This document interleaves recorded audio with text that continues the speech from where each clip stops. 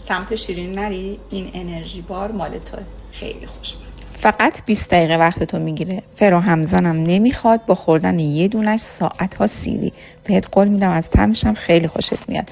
یه لیوان بادام درخت رو با چاقو ریز خورد کنین طوری که دندون گیر باشه. جو 2 سر پرک لازم داریم که داخل تابه میریزیم، تفتش میدیم تا جایی که بوی خامیش گرفته بشه و از تابه خارجش میکنیم.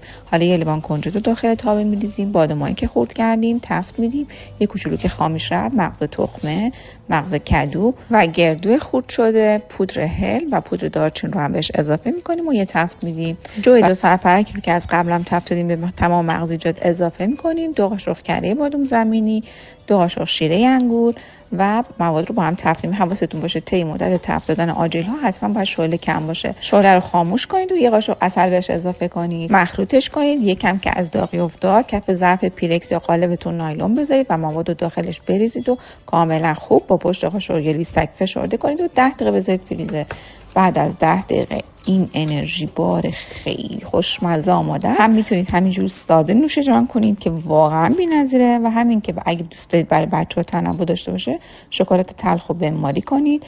اول بزنید داخل شکلات، یه مقدار روش چاقو بکشید که شکلات به قسمت پایین برسه و بعد داخل پودر نارگیل بزنید. بفرست واسه اون دوستت که اهل سالم خوریه. میخوای کل روز پر انرژی باشی؟